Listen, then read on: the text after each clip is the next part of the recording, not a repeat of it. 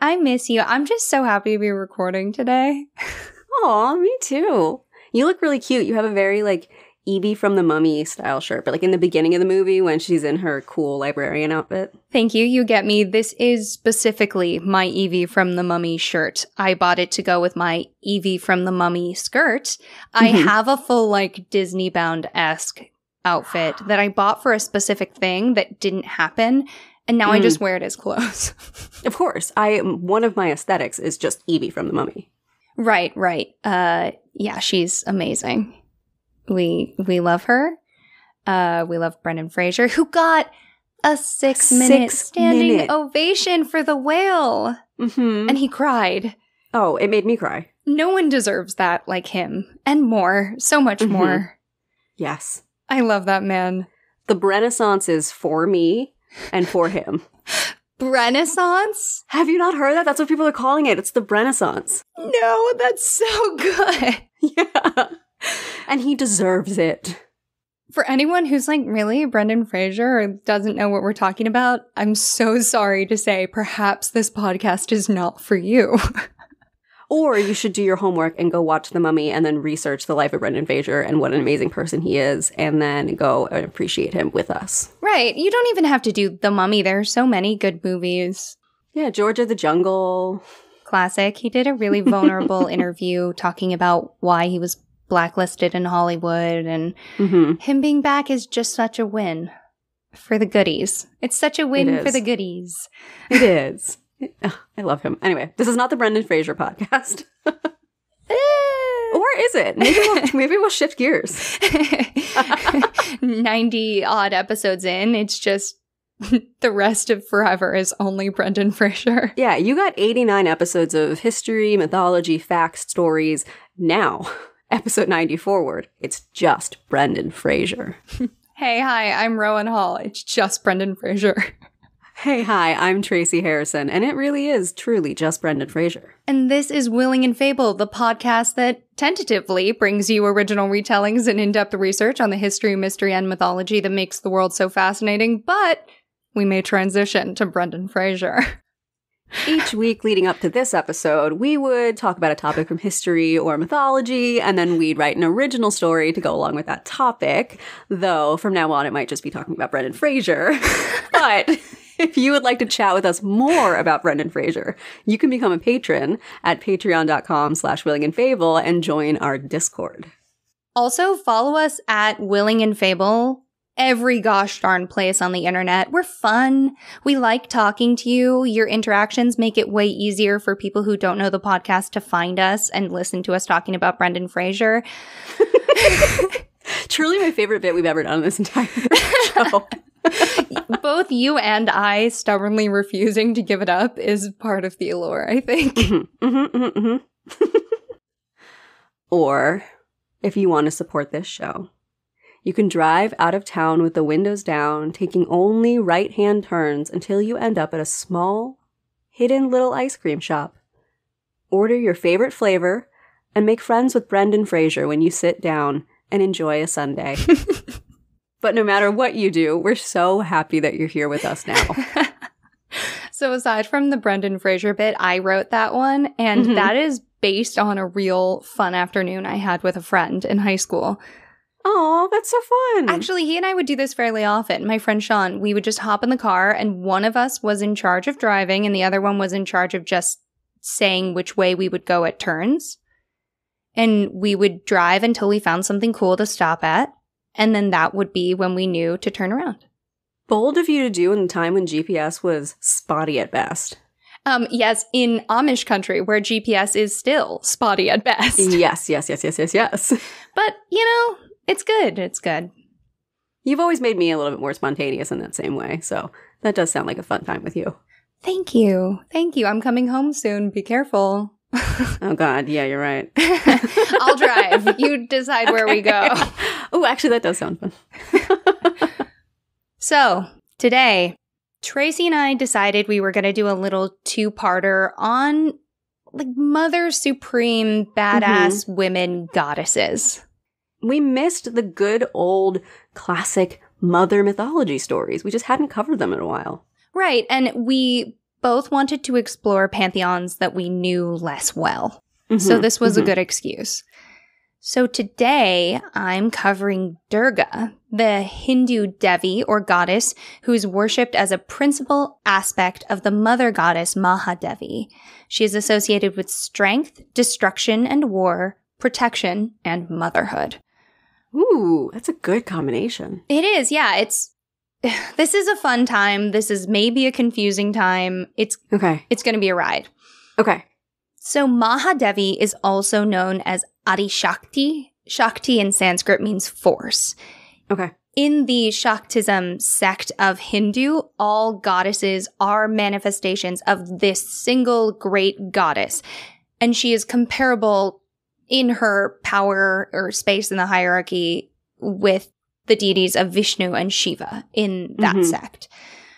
By some, she is considered to be greater than any of these lesser male gods because she embodies their Shakti.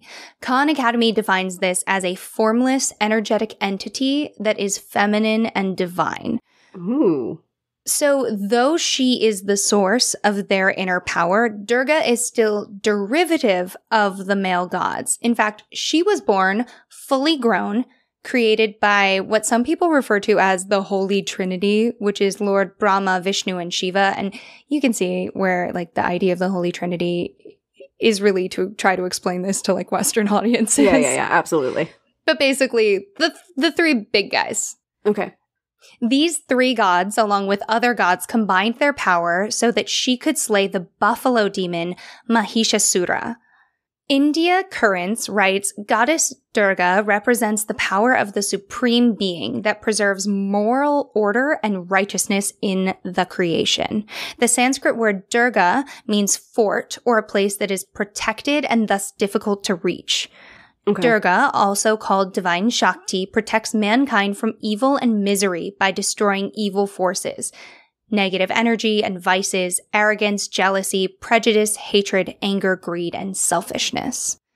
So we can kind of see the ways that the forces and the names and the figures blend and weave depending on where you are, what sect you're talking about, what words you're using. So quick basic summary. Durga and Mahadevi, for the purposes of our discussion, are similar, if not the same, aspects of one another. Okay. It is more nuanced than that, but we're learning. This is the beginning.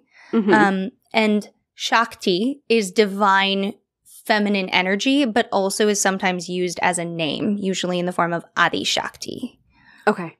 So today, for my story, I'm going to tell the tale of Durga defeating the demon Mahishasura.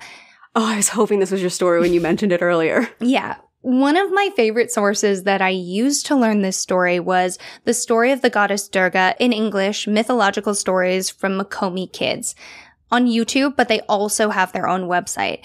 And I love listening to children's stories about pantheons that I don't know very well. I don't know if I've talked about that a lot before. I pretty much always do it when it's a myth that I'm super not familiar with. You and I have talked about it off pod. I don't know how much you and I have talked about it on pod, but it's definitely something we've talked about off pod. That children's stories and children's education is a really great way to get yourself introduced to either a new language, a new culture, a new religion, a new mythology, history that's foreign to you, all of that.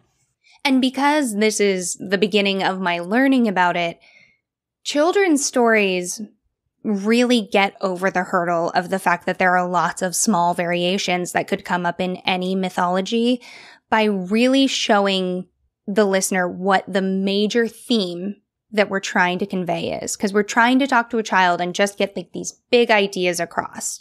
So I found that super helpful. All right. Once upon a time, when the world was younger than it is today, there was a demon king with a scheme. Part buffalo and all cleverness, Mahishasura had a plan. He would perform penance for hundreds of thousands of years.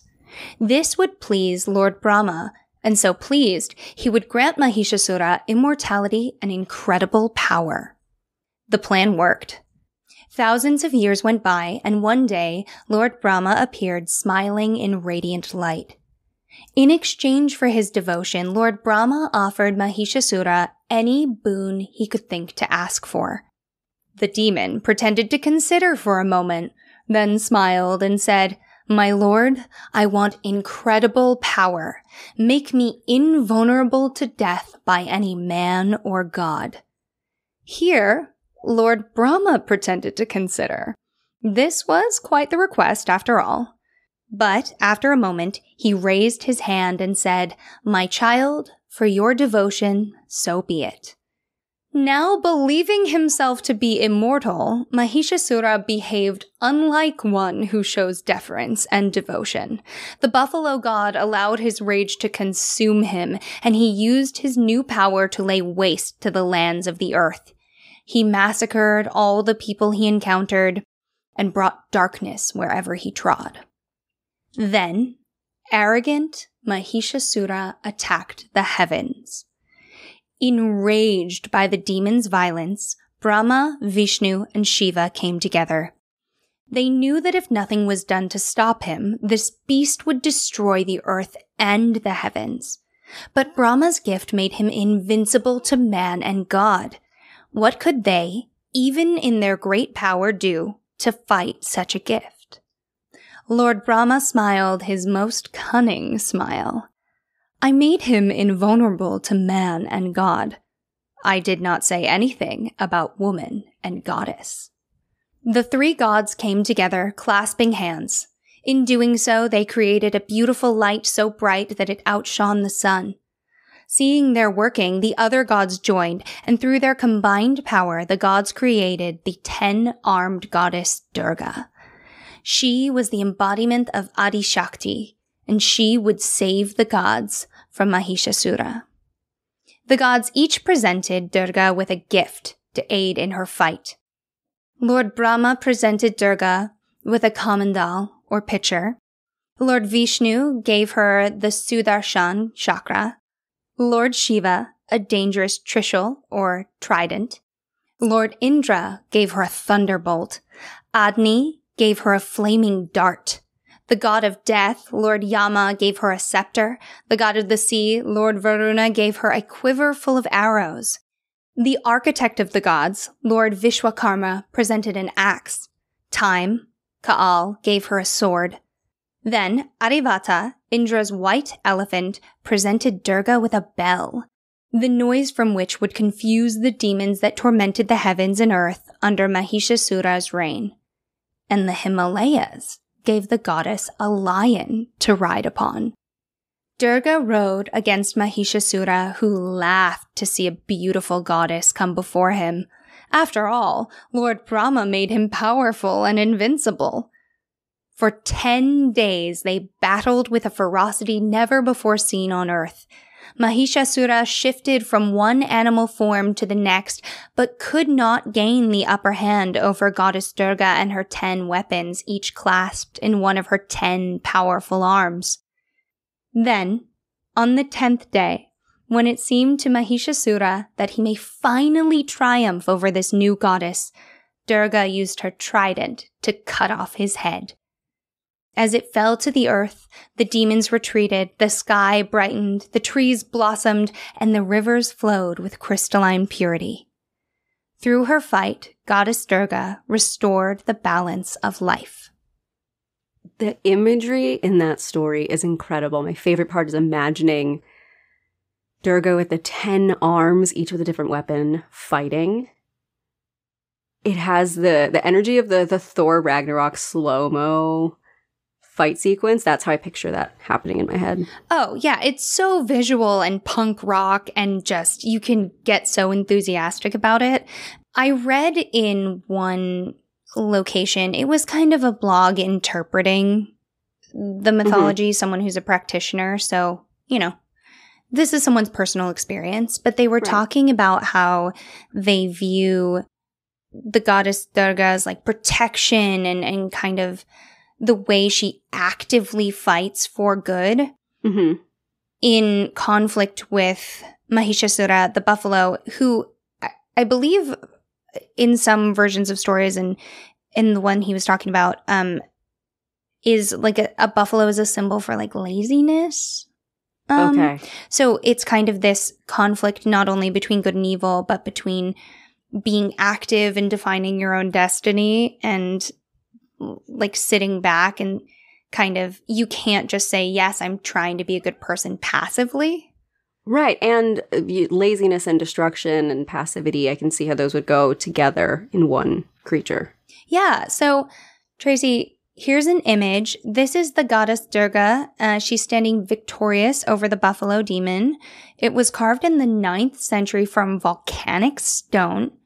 And this is located at the Metropolitan Museum of Art. It is a photo by Stephen Zucker. So this is a statue that's all gray. It does, it's very much made out of stone. The buffalo demon is pretty small. It kind of looks like a large dog, but, you can only get so large of a buffalo demon in your statues, I suppose. In this, they were like little lads only. It looks like the statue has no head for Durga, if I'm looking at it correctly. Yeah, I couldn't find another angle on it, so I'm not sure if it's missing its head or it was never there, but I believe it is missing and that what is behind it was supposed to show up behind her head. Right. What's behind her, there's a big circle in the background that looks almost like it could be a halo of light, and then it has each of her 10 arms with each of the weapons in the hand. She's in armor, but barefooted. It's a really cool statue. And worthy of note, she's a hottie. Yes. This reminds me so much of ancient Greek and ancient Roman sculptures of goddesses, because in that pantheon, hotness is also associated with goodness. Yes. And we will see that theme come up in her mythology. Interesting. And it is interesting because depending on the time and the place and history, what constitutes as attractive or hot obviously changes pretty drastically. And it is interesting seeing what we're looking at here is she just looks like this really, this could be a statue made today by someone of a beautiful goddess. Oh, absolutely. And it is, sometimes it's emphasized in other tellings more, but it is fundamentally her hot girliness that gives her a bit of the upper hand. Okay. Again, it could be emphasized in different ways depending on the telling, but, the buffalo demon was like, little girl, nope. We've seen it before in mythology. You see it in Lord of the Rings. I never get tired of it. The idea of someone, Macbeth, I think, is another one. Well, okay, Macbeth's not quite there. But the idea of, no man can kill me. And it's like, I am no man. Ugh. The I am no man energy is so strong. Incredible. I love that. I love it. It's incredible. It's the day that I don't love that storyline, you gotta check up on me because something's wrong. That's how we know it's the clone, the evil clone. Exactly. So the story I told a version of can be found in a devotional text from 600 CE titled Devi Mahatmya, which is Glory of the Goddess. And to quote Khan Academy, it exalts the divine feminine force Shakti, also known as Mahadevi. So that text is all about that. Amazing. It's worth noting that in other tellings of this story, sometimes she only has 9 weapons specifically, so one hand can be free for, I'm sorry, I don't know what the word would be, but to bless, I think, people. Okay. Mm-hmm. Oh, that makes sense. That makes a lot of sense. And also probably our girl needed just a hand free, maybe. It does help every once in a while. And then I read another story from an Indian publication that talked about how they fought for 15 days. So, we get our little tweaks here and there. I also learned about the rock-cut cave temple Mahishasura Mardini Mandapa in the town Mamalapuram in Tamil Nadu, India. And I got so excited about this because I just want to go here. So I did pull an image for you, Tracy. Ooh, I'm excited. Because during the medieval period, this town was an important port. And it is very well known today for its temples and monuments that were built by the Pallava rulers between the 6th and 8th centuries. So it predates the sculpture you just looked at. And I'm sitting here going, cool, oh my gosh, look at this relief of Durga saving the day. And then the article that I'm looking at says it's a relief cut of Chandika. And I'm like, what? So Chandi, or Chandika, which means the fierce in Sanskrit, is alternately described as one of the 9 incarnations of Durga, another name for an early version of Durga. Oh, wow. Then I made it back to Shaktism, which is that worship that prioritizes the divine female energy. Mm-hmm. And so maybe she's just another aspect of Mahadevi, and maybe she's separate but interchangeable. They're both mother goddesses. Listen, when you are not prepared for the dagger of nuance, it cuts deep. Oof. That is true. So I don't think I really do have a way to parse out a quote-unquote rule for this, because I don't get the sense that there is one rule. Like, there's no the Pope who gets to say, this is what it is right now. Right. So they have the same story. So this is a relief cut of Chandi or Durga. Okay. And she is slaying the buffalo demon. Ooh, this one is really cool. Yeah, this was carved in the 7th century. This one is out of granite, and it's a relief in the side of a wall, and you see Durga riding the lion, shooting an arrow, and then in the foreground is the buffalo god, kind of running away, but also turning back to fight. It's beautifully carved. There's so many little details. The perspective is so good. And in this one, the buffalo god would resemble the Minotaur, if people are familiar with that. Very much so. Bullhead, man body. I like the way that they're, I don't know, maybe people or other demons are falling. That's what I can't figure out, because right to the left of the shoulder of the buffalo demon, it looks like a woman sitting on her heels with her back facing us. And then right below that, it's a... Oh, that cute little peach butt. Yeah. And then right below that, it looks like someone falling from the torso forward. Yeah, I'm not sure. There are other people holding weapons, too. The thing that I like about this one is she clearly has 2 primary arms, and then all the extra arms are kind of behind her more. Mm-hmm. Almost like wings. Yeah. So, what Study.com called traditional Hinduism worships a trio of male gods at the head. That's Lord Brahma, Shiva, and Vishnu. Mm-hmm. The trio that made Durga. But Devi Hinduism puts a goddess at the head of the pantheon, and that's Mahadevi, whom I mentioned before. She has the many names, Shakti, Adi Shakti. The Mahadevi is kind of this overarching goddess, but she'll appear in other incarnations for different reasons. And Durga, in some tellings, is the form she takes specifically for protection and strength. Okay. Oh, okay, that makes sense. I've heard it described as a jewel with different facets on the sides. And that's what this sounds like, where it's all one being, but she has different aspects. Yeah, we're going to do facetception too, because Durga also has her own aspects. I love that. I do love that. It's really invigorating. It's genuinely really invigorating. So her 10 arms protect followers from the 8 corners of the earth, the sky, and then the earth itself. Oh, okay. Yeah, before we go on to kind of touch on what you talked about, the thing that I find so captivating about Durga, the reason I wanted to research her, the thing that made me really giddy as I kept researching her, is that her mere existence is saying to the mortals, and the mortals are saying through her, that there is no one way to be a woman. Yeah.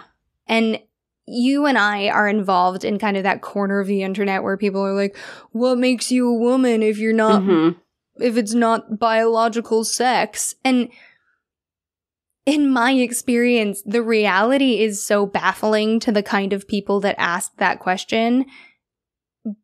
And it's so thrilling to me to live because, like, you're a woman if you say you're a woman, and past that, there's really no one way to do it. You could be warlike, you could be strong, you could be nurturing, you could do all or none of those things. Absolutely. If you really believe in your heart of hearts that you are a woman, congratulations, you're a woman. It doesn't matter what body parts you were born with. It doesn't matter how you express that womanhood. You could be fierce, you could be cold, you could be warm, you could be mothering, you could hate children, and you're still a woman. Yeah, and I just really loved that about learning this. And even though I felt like the more I read, the less I understood, that constant was really, really cool. So let's talk about the 9 avatars of Durga. Okay. Sometimes called the Nava Durga, in Shaktism, Durga has 9 incarnations. And we're just going to go through them. Okay. Shailputri, meaning the daughter of the mountains, also known as Parvati. And keep that in mind, Parvati is going to become our, one constant name, bringing us through all these incarnations. Okay. In this incarnation, she has 2 hands, and one holds a trident and the other holds a lotus. This is the beginning of her, let's call it a quest, to become the wife of Lord Shiva. Her marriage to Shiva allows her to become the universal mother. Okay. So Parvati is the universal mother. Yep. As far as we know, again, as people listening to this know, we love to share the information we research with you all. We are not ever claiming to be experts. We are claiming to be enthusiasts. So if you are people who are very steeped in the Hindu religion, please share with us all that you know. My understanding is Mahadevi is the universal mother. And Durga sometimes also gets to be the universal mother. And they both get to have incarnations. And also Parvati. You'll see in the story that I covered for next week, we have the person that I covered is the universal mother, but then her daughter also kind of takes over the universal mother, but then her daughter and her son kind of combine to become this universal parent. Yes. So you'll see that too. So it's complicated depending on where we go in the world. And I love that. I love that there's just so many different ways to express humanity and what it means to be a god. Yeah, I read in some places people said, Parvati equals Durga. And in some places people said, absolutely not. That is not true, no. Right. So in the next incarnation, we have Brahmacharani. She holds a rosary and a pitcher. Okay. She symbolizes penance and devotion. And in her incarnation as Parvati, there is a tale of her doing severe penance to prove her worth for Shiva. She does so well that Lord Brahma comes before her and she gains the name Ma Brahmacharni, and Shiva agrees to marry her. Okay. All right. Then we have Chandraganta. When Shiva comes to marry Parvati, again, our overarching name, he arrives in a terrifying form. Really? He has ash all over him, there's snakes all over his body, his hair is matted, and then behind him he has this terrifying wedding procession of ghosts and sages and ascetics and every manner of being. And illustrations of this show people with lots of eyes and creatures that look like the way we draw aliens. That is rude. Why would he do that? I don't know, but Parvati's family was horrified, and she wanted to avoid embarrassment for either her future husband or them. And so she just transforms into her own terrifying form. And that is oh my God, that's Chandraganta. Amazing. Okay. I was horrified. I was angry. I was offended. Now I'm like, I love her. That's amazing. That's just all right, I guess I'll just become a monster too. She has golden skin, rides a lion, and has 10 arms. Sound familiar? So the pair get married, and I just love this. You're gonna be scary? Fine. I'm not gonna be scared. I'll be just as scary. I bring the scary, sir. Yeah. I wonder if it was a test just for that, to see how tough she was. I don't know. In the previous incarnations, the penance she had to perform to, be worthy of him, she basically wasted away. She gave up water and food and air for thousands to millions of years. Oh my God. I know. And I don't know if it was cool that he showed up scary for her or not cool. Because if it was not cool after all of that, I'd be like, are you kidding me? But if it was cool and she was like, yeah, this is my punk rock boyfriend, Mom, I am also punk rock. Like, I don't know. Yeah, then I'm on board. So then we have Kushmanda. She is the ultimate source of life. She created the universe with her smile. That created light in the dark, in the blank world. And she lived in that light, or the sun, that she had created. And then she created other beings and other universes. And in this form, she possesses 8 arms and rides a lion. And worshipping her brings prosperity, power, and all manner of pleasures and salvation. Okay, this one's lovely. Create the universe with a smile? Are you kidding me? Like, there's a sonnet written about that somewhere. Like, oh, yeah. Don't you just want to love her? Yes, I do. I want to hug her. How many arms did she have? 8? I want to hug her with all 8 of those arms. If you could get 8 arms you just want to be hugged by 8 I want to be hugged by 8 of her arms. Understood. Okay. I want to be gently cradled by 4 of them, and the other 4, I don't care. She can knit or something if she wants to. Like, that's do so your thing, considerate girl. of you. I demand the full attention. Next, we have Skandamanta, and this means the mother of Skanda. Okay. Skanda or Kartikeya or Murugan is the god of war. In this form, she has 4 arms. 2 hold lotuses, 1 raised in blessing, 1 holds her son. That's probably why I have it in my head that she can be multitasking. Yeah, that makes sense. It's interesting that the one who represents war has no weapons. She's the mother of war in this. So, she's in the mother role. And there is demon fighting involved in this corner of her life. The next few incarnations. You might not know the answer to this. Is the son that she's holding a war god? He is the god of war. Okay. Well, then that makes sense.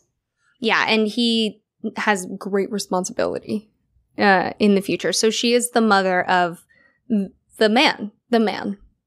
Now the mother of war makes sense. Got it. Next is Katyayani.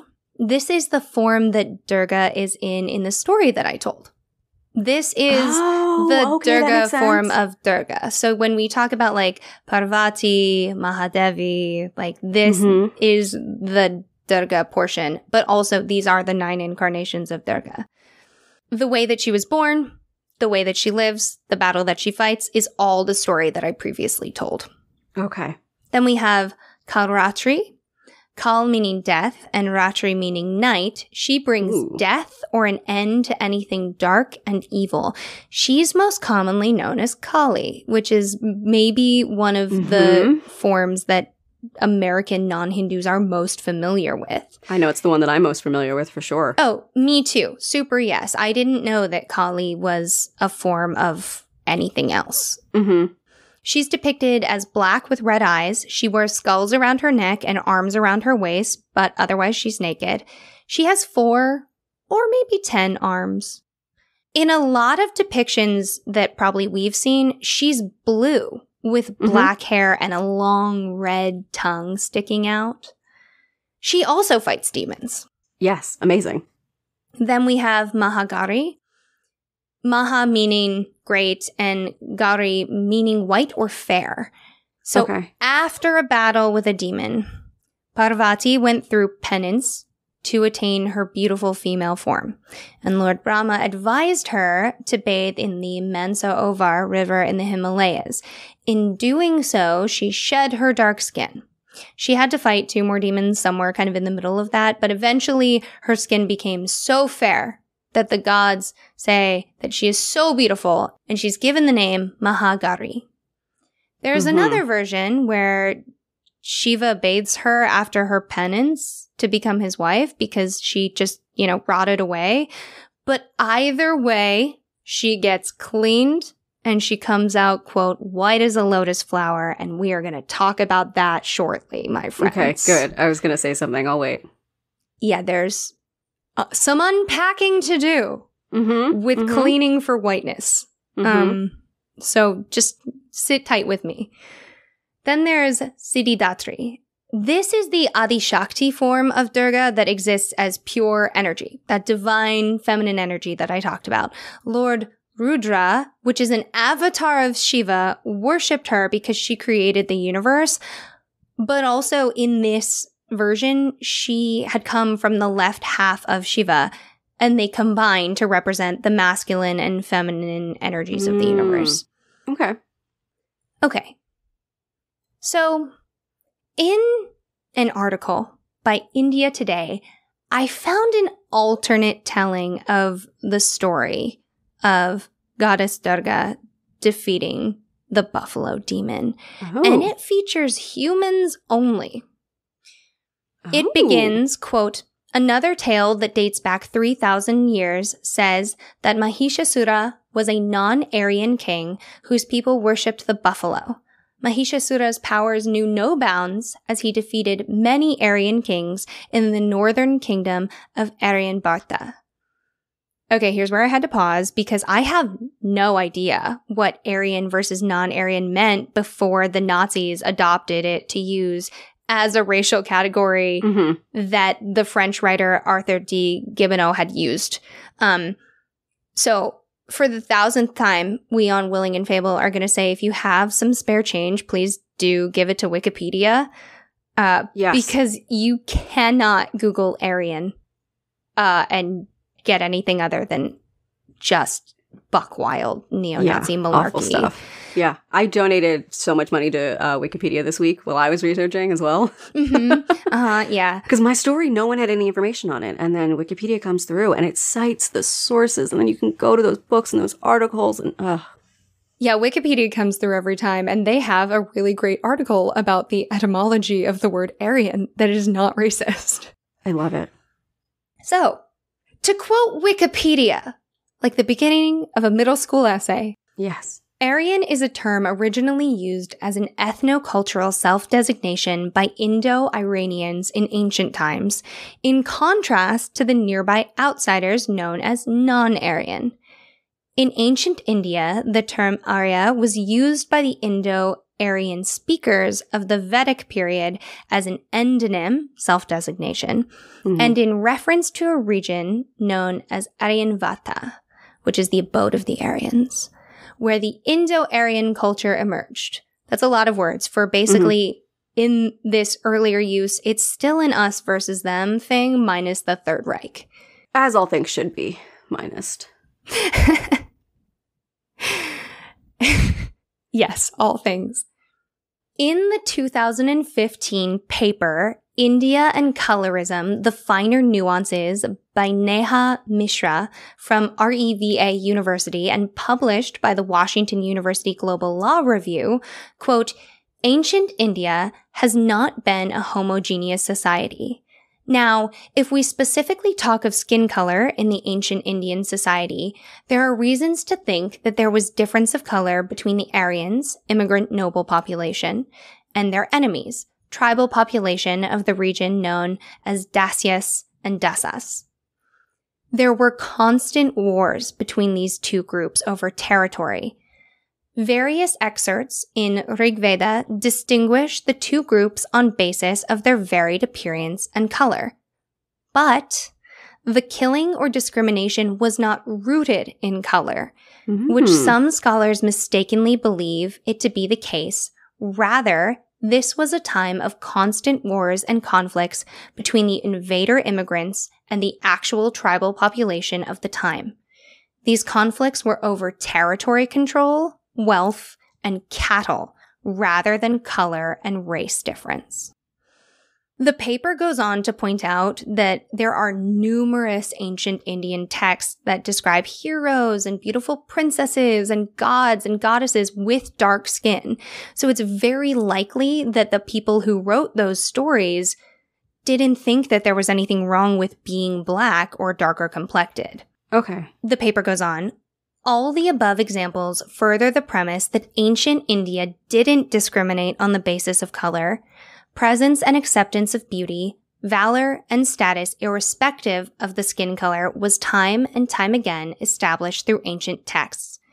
dark color didn't attach a stigma and was used as a describing feature of a population or person, many times as an attribute of beauty itself, unlike in modern times. End quote. Got it. So instead of saying like she was beautiful because she was pale, it's more she is beautiful, she is pale, and blah, blah, blah, blah, blah. I wouldn't jump to that right away. Really? I have Okay. no way of knowing when the paleness in that story started being emphasized. Mm.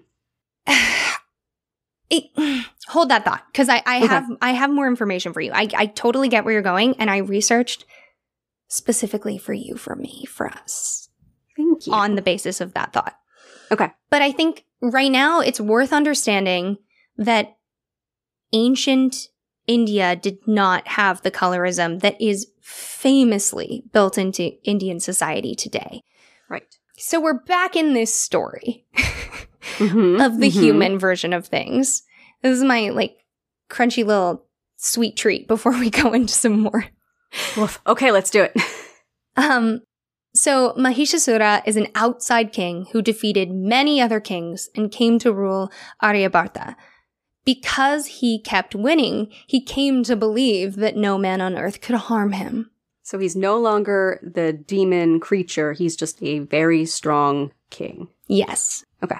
And then a queen came to rule the north. Amazing. She grew her army when all of the previously defeated kings pled allegiance to her, while our bad guys' numbers were dwindling. So he asked her to become his consort. Of course he did. Of course he did. And she refused. Of course she did. And she refused. And she refused, while her army grew bigger and badder and stronger. So they marched on Mahishasura, and our queen in the north stabbed him with her spear and fed him to his own lion. Amazing. I am no man. I am no man. Oh, so good. There are a few women in history it's making me think of that I really want to cover on the podcast. Yeah, I just want to tell that version of the story to a child as a bedtime story and just scar them for life. Yeah, you would. I can see you doing that. It's good. It's important. I love it. I'd be next to you. Okay, that's the end of your sweet treat. When I was learning about those incarnations of Durga, I immediately thought about Fair and Lovely, which is a skin product. I think Unilever actually renamed it Glow and Lovely because there was so much backlash in recent history. But it's a bleaching cream, and there are lots of bleaching creams sold around the world. Oh, yeah. I remember this was 10 years ago now, but when I was in China, I needed to get lotion, and I specifically wanted to get rose lotion because that was when I discovered how much I love the scent of rose. And my sister and I were looking everywhere, and you couldn't find any rose lotion that wasn't also bleaching. Everything had bleach in it. Or was meant to bleach and make your skin paler. Wow, I didn't actually know that. Yeah. So fairness creams, or bleaching creams, are a $500 million beauty industry in India alone as of 2020, according to WHO. Mm-hmm. And that is the most conservative estimate I saw. Really? Mm-hmm. Wow. Because 500, you said 500 million? Mm-hmm. That's a lot. There were other statistics that were reporting things would be in the billions in the next 4 odd years. Oh my God. Lauren Freyer for NPR reports that about half of all skincare products sold in India are lighteners. In the Aqua Tofana episode, Tracy and I briefly discuss how toxic mercury can be. Mm-hmm. It's maybe one of the ingredients in a mythical man-killing poison. We certainly can't say. I do not know, as I definitely, wink wink, have not tested that, wink wink. No Aqua Tofana here. Nor Madman Spittle, nor any of the other ingredients. Not a one. I have newt. Toe frog. Anyway, continue, please. So some lightening products use things like B3, but others contain mercury or bleach, and that can seriously damage skin cells. There's also intravenous or pill lightening techniques, and they're known to cause kidney and liver damage. And this is modern. We're not talking about mercury in the past tense. I didn't know about the mercury, but I do know there's this big trend. I think it's in South Korea, so forgive me if I'm wrong about the specifics, but you go and you get IV treatments. And it's not just for, maybe there's a skin lightening one. I know there's like, this one's for energy, and this one's for this, and this one's for that. And you go and you get an IV put in and do your treatment. But oh, well, that's huge in LA. Not skin lightening. Is that really? Yeah, definitely not skin lightening. But yeah, it's like a big thing in LA for people who are hungover to go to like an IV bar, and you get like a vitamin IV, basically a fancy banana bag. Yeah. It's a huge thing. For hangovers, I can see it making sense, but for just quote unquote general health, like it doesn't really do much. It kind of just goes through you. According to all of Los Angeles, it does quite a lot for you. Marketing. Yes. Yeah. It was interesting being in LA with you when we were getting brunch, and you were like, you see that? Like that's I don't even remember what it was. You're like, that's a plastic surgery place. That's an IV drip place. That's a this place. And we were just on a regular street at a restaurant. And me, who lives just outside Philadelphia, was like, I'm sorry, what? I'm used to seeing like Jimmy John sandwiches and a Chipotle. Like that's the max of what I see. Yeah, I thought pointing those things out to you would be interesting because we were in a very affluent part of Los Angeles, and it really says a lot about what communities expect to shop for or what people expect to go to an area for. And we were in a place that had like very photogenic brunch locations. Very much so. And then a lot of things for beauty. Oh, every beauty store you can imagine we walked past. Yeah. Like all the big name brands had their stores there. That was what really stood out to me. Stores that I can't go to. I have to shop online. And they were just there. Yeah, I forget about that sometimes. I am spoiled by being able to walk into like just the store for the makeup companies. Do I? No, but I could. No, you could. And that's the important thing. So discrimination against darker skin in India is worse for women. There are ads aimed at women marketing products that lighten armpit hair, facial skin, and even genitals. Woof. But also, arranged marriage websites allow people to filter out potential brides by skin color. Wow. In the article, Fair But Not So Lovely, India's Obsession with Skin Whitening by Neha Dixit for Bright Magazine, she talks about her own experience with darker skin living in India, as well as the history of colorism in the country. Fair skin has long been part of India's national psyche. The various settlers, rulers, invaders, and colonizers who entered India, starting in the 1400s, were relatively light-skinned.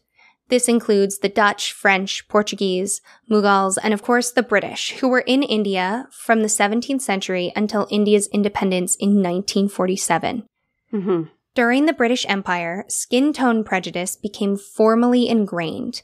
The colonizers kept light-skinned Indians as allies, giving them extra advantages over the rest of the, quote, blacks. The British colonizers were able to build on India's existing caste system, a socioeconomic hierarchy with origins in Hinduism, but which now permeates across Indian society.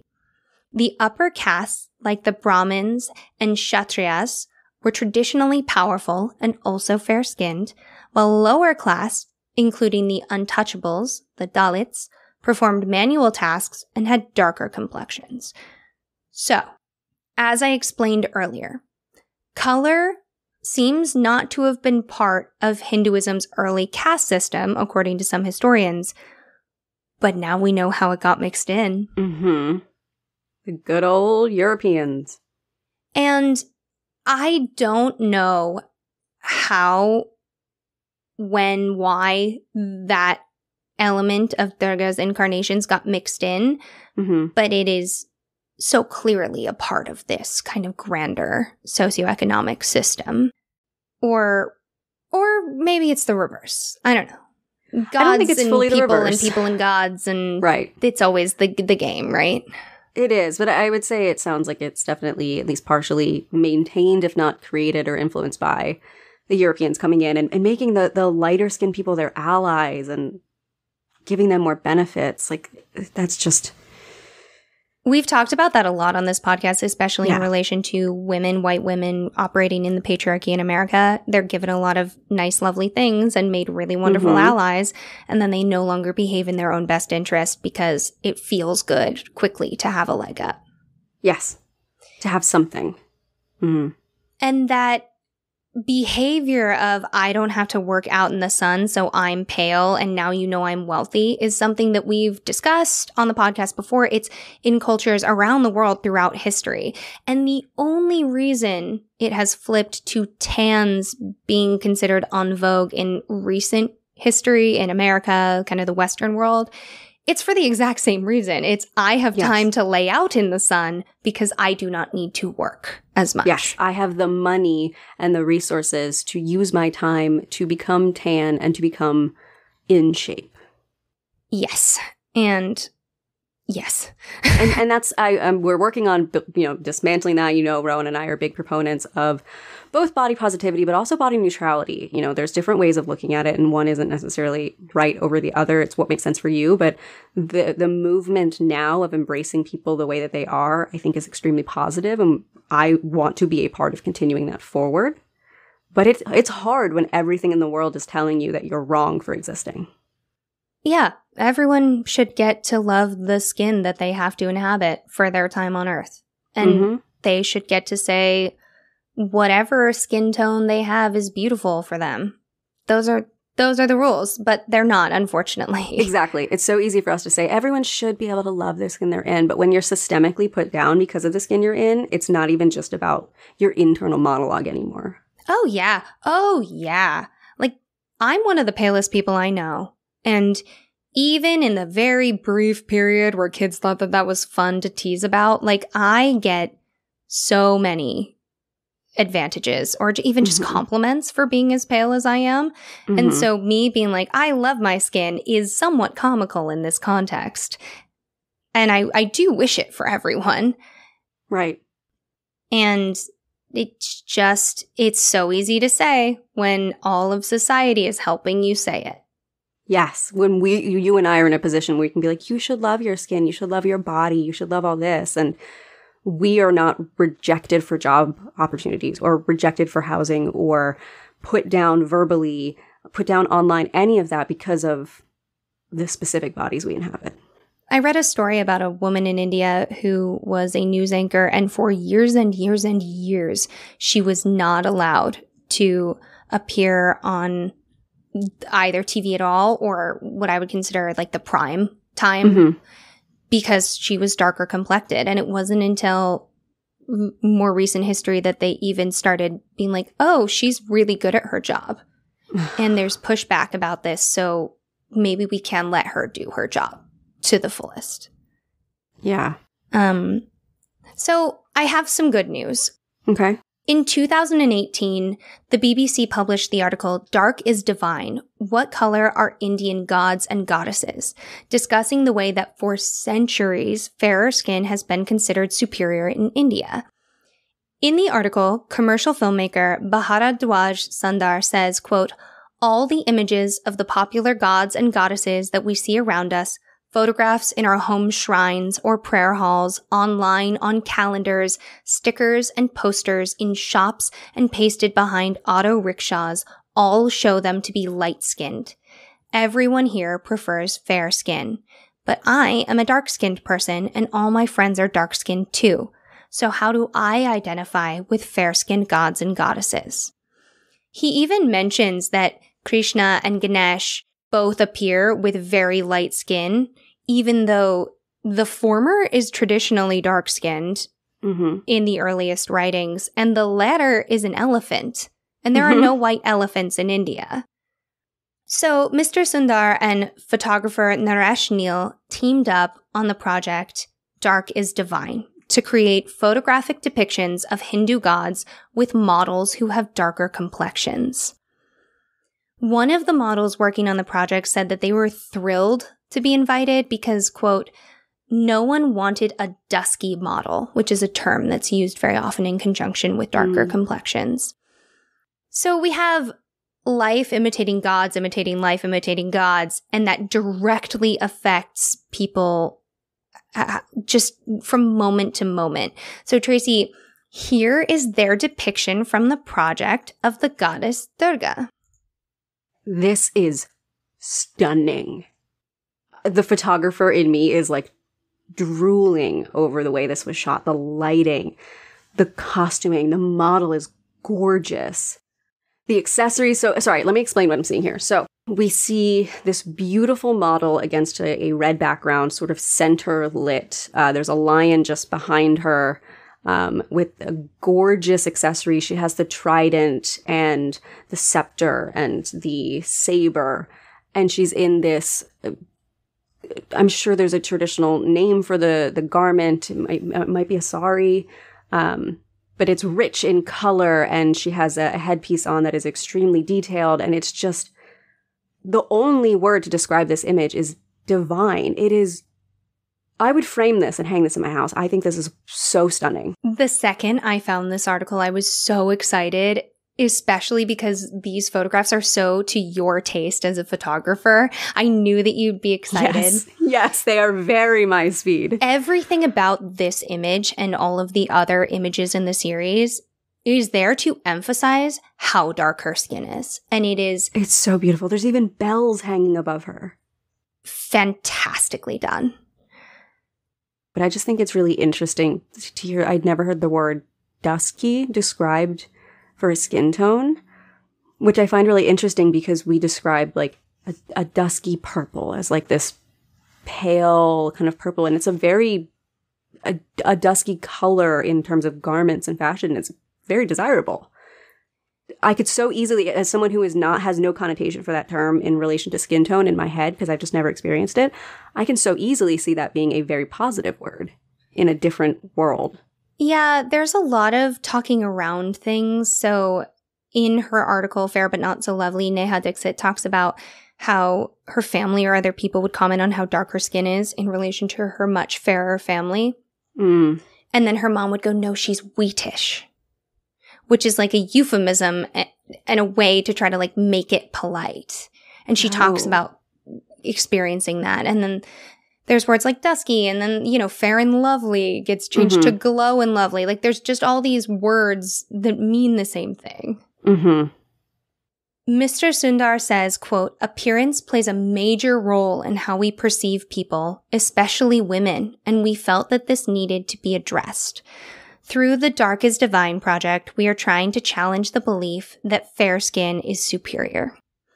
So we'll have this image on the Instagram with the rest of the images from the episode, but I would highly recommend that everybody go look up the photography from the Dark is Divine project, because it's beautiful. Of course, Tracy and I love it. It's like so, like it's so the vibe beautiful that we would love. It's just so gorgeous. And it makes me hearing, because I heard it on video first, hearing about the 9 incarnations of Durga and hearing that moment where she washes herself to have fair skin, I like stopped what I was doing and completely transitioned the way my research was going, because I knew that in India, bleaching creams are very popular, but I didn't know very much about it.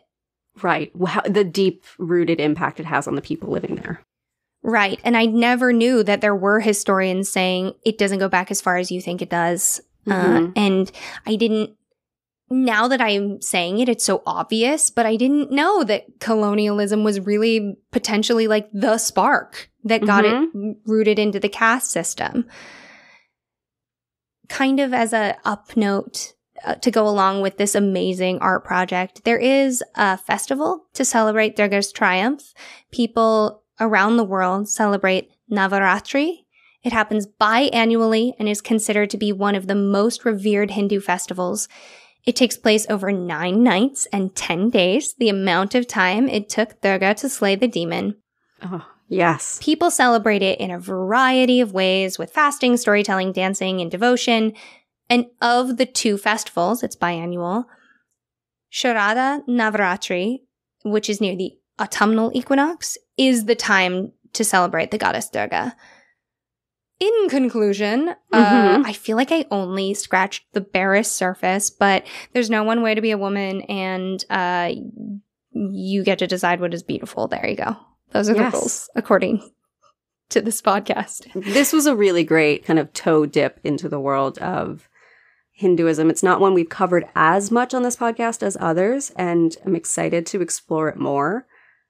And this was really, really interesting to learn about. And I love the way you chose to address the whole topic. So thank you for doing all this research. It's worth saying because it's so true. The thing that gets me excited about Hindu mythology when I'm reading it personally in my own time about how layered it is and how there are different names and same names and facets makes it me also very nervous to present it on the podcast. Yeah, it's complicated. Yeah, it's complicated, basically. And, you know, there are pantheons that Tracy and I just inherently know better. So the adjacent pantheons are easier to jump to because of how people have traveled over history, basically. And this is not one of those pantheons. So it was really fun. I got down the rabbit hole. Yes. So, Tracy, we haven't explained Tell Me Something Good in a while. In a long time. We should probably explain why we do it. Yeah. You should take the lead on that because you're the one who came up with Tell Me Something. This came from your own life experience.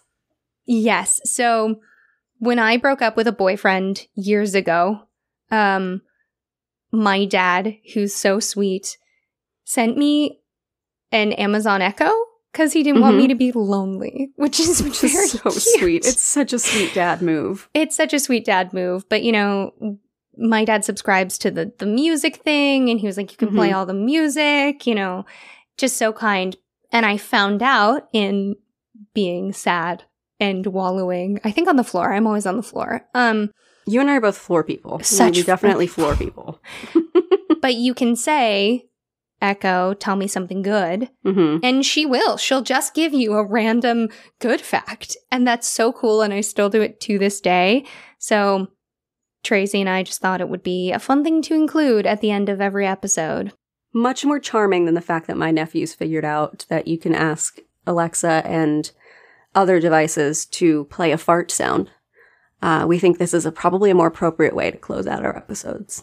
Yeah, my young cousin learned how to talk to Alexa, and we all had to listen to Watermelon Sugar for like 3 hours. That's so much better than Gummy Bear. I had to listen to Gummy Bear so much, it became my number 2 most listened song in, I think, 2020, because my family uses my account for listening to music, because I'm like, don't pay for it. You have children. Just use mine. I'm in like the top 15% of people who listen to Bo Burnham, which is all Inside, the soundtrack to Inside. And you got Gummy Bear? I got Gummy Bear. So anyway, okay, I will tell you something good. My something good this week is that I'm torn between two. Okay, so one I'll touch on very quickly is for our dear friend Casey's birthday. Rowan knows I've been planning a sort of treasure hunt for her. So she loves mysteries.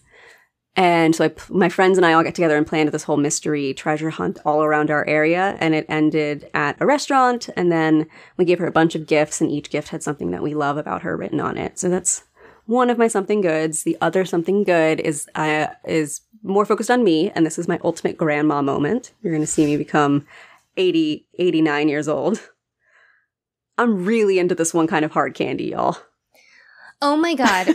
Tracy called and told me that, and I know this isn't exactly right, but since you said grandma, I can only imagine you as one of those grandmas that has the plastic baggie of assorted mints. Oh, this is so much better than that. So anyone who watches like YouTube or Sophia Nygaard, she went to this place called Lofty Pursuits, which I've been following online for a little while, and they do Victorian candy. So their machines are from the mid to late Victorian time periods. Their techniques are from that time period, and they make image candies. So they'll make like a dog or an alien head or fruits, and then wrap it up and stretch it out so that you have this teeny tiny little piece of candy with this detailed image inside of it. And then of course it tastes absolutely delicious. I fell down a rabbit hole of watching their videos of how they make all their candy because I just love falling down crafting cool rabbit holes. Ordered a bunch of their candy. It was delicious. I've ordered more. Lofty Pursuits candy is delightful, and it is bringing me so much joy. You need to save at least like one for me to taste when I'm back. Just When are you one coming back? singular Okay, you'll be back candy. soon, so I can make that work. We're measuring in days, Tracy. I don't think you understand how fast I go through this. One candy. I'll put one aside for you right after we record. Thank I you. promise. Not cotton candy flavor, because that's your favorite and I don't like it. So you enjoy those. I'll save a peach one for you. Yeah. Yes. Thank you. You get me. Mm-hmm. All right, Rowan, it's your turn. Tell me something good. I also have two. So a friend of mine got me metal dice. They're gold the best. and they're called flail dice because all the corners are sharp and pokey. Ooh, your favorite. I know. And he got them for me to celebrate the season finale of Damsels, but also this really cool job that I got. And that was just really kind. It was so unexpected. And dice. I know. I love dice. That's so sweet. And I rolled them on the season finale of Damsels, and they rolled so well for me. Good. When dice are rolling so well that you're like, this seems sus. It's so good. Like, yes. That's my Thea dice. My your Thea dice roll so like that. well. Yeah, you always have to share them. Mm-hmm. And then my second something good, and the reason we were talking about Brendan Fraser at the top of the episode is because my friend Anthony just texted me out of the blue and was like, do you want to come see The Mummy with me at the movie theater? The Alamo Drafthouse was doing a mummy party. They do watch parties where it's older movies. And normally, the Alamo Drafthouse is like a movie theater where you can get full meals and it's really good food. And normally, obviously, they don't want you to talk during the movies, but they treat it a little bit more like a Rocky Horror style movie event where like we all shouted, "You're on the wrong side of the river." That's so good. Like all the good lines, or the like, "I'm a librarian." And so I bounded a little bit. I wore my Eevee costume. I found the one other person in the audience and we were both doing it. Good. And it was just so much fun. I got Tracy and I presents. Yeah. But okay, so I know this movie word for word. Tracy and I know this movie so well. Yes. 1 and 2, there were no other movies after that. No, it's unfortunate they did stop after the second movie. They didn't make any more. Yeah, they should have, but they didn't. I know everything about this movie, and I jumped at the jump scares to a comic degree. Like, Anthony would, like, put his hand on me like, oh my gosh, you sweet little bean. Like, I was in it. Oh, amazing. And I don't know how I forgot. Okay, so you know how they kiss at the end, and they have the sun shining behind them, and their hair is glowing in the desert and all that stuff? Brendan Fraser does like a nose boop with her. He like brushes her nose with his nose. A little nose boop. That is 100% Brendan Fraser and not the director. I would guarantee it. Because he came in and he was like, I know my job. Yes. Oh, there are so many. My favorite DVD commentary of all time is the Mummy DVD commentary. It's so good if you ever get a chance to watch the movie with the commentary. And they talk about how they needed someone who could be like the tough guy, leading man, but he had to be really funny and really charming in a very sensitive way. And them just talking about how they struck gold when they found Brendan Fraser for the role. He just does it so well. Like the moment he's trying to catch her and he accidentally touches her butt and then like freaks out a little bit. Yeah. Like, oh, it's so good. But let me tell you, the nose boop on the big screen between the two most beautiful people in the world, I was like, I'm done. I'm done. Melted. Puddle on the floor. Oh, absolutely. So huge thank you to Anthony for just like knowing. I showed up to pick him up. I had the Mummy soundtrack on in the car. Of course. I was dressed as Eevee. I was like ready to go. And he almost, I think, fell into the street laughing. I now have a new bucket list item. I want to do that with you. Oh my God. At the big screen? Yeah. I want a double feature. I've learned you can rent out a movie theater and get them to play a movie for you. That's what we did for Casey's birthday last year. She rented out a movie theater and we watched Knives Out. I forgot. Mummy double feature. The only 2 movies, 1 and 2 back to back. Okay, new dream unlocked. Okay. All right. All right. Thank you so much for joining us for this Brendan Fraser filled episode. And remember, stories grow with the telling. So if you like what we do, tell a friend. Or tell Brendan Fraser. And we'll see you soon, okay?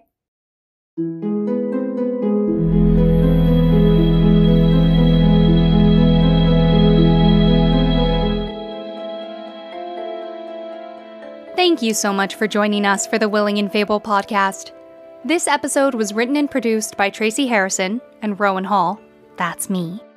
Our logo is by Jamie Harrison, and our music is by Taylor Ash. If you ever want to watch or read what we're reading, head over to willingandfable.com for our show notes and custom merch, or find us at Willing and Fable on Instagram, Twitter, and TikTok to join the discussion. We hope you'll rate, review, and subscribe to our podcast using your favorite listening source.